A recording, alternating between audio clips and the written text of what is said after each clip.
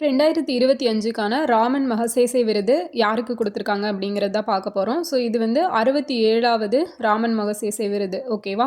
So இது வந்து educate girls அப்படிங்கிற ஒரு ட்ரஸ்ட்டுக்கு வந்து கொடுக்கப்பட்டிருக்கு.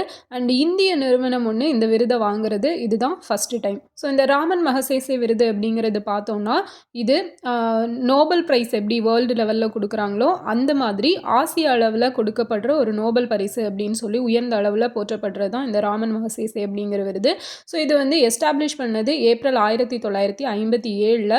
ஸோ 1958லேருந்து இந்த அவார்டு அப்படிங்கிறது கொடுக்க ஸ்டார்ட் பண்ணியிருப்பாங்க. ஸோ இந்த அவார்டை வாங்கின ஃபஸ்ட் இந்தியன் யார் அப்படின்னு பார்த்தோம்னா ஆச்சாரிய வினோபாபாவே இருக்கார் இல்லையா, அவர் தான் 1958 கொடுத்துருப்பாங்க.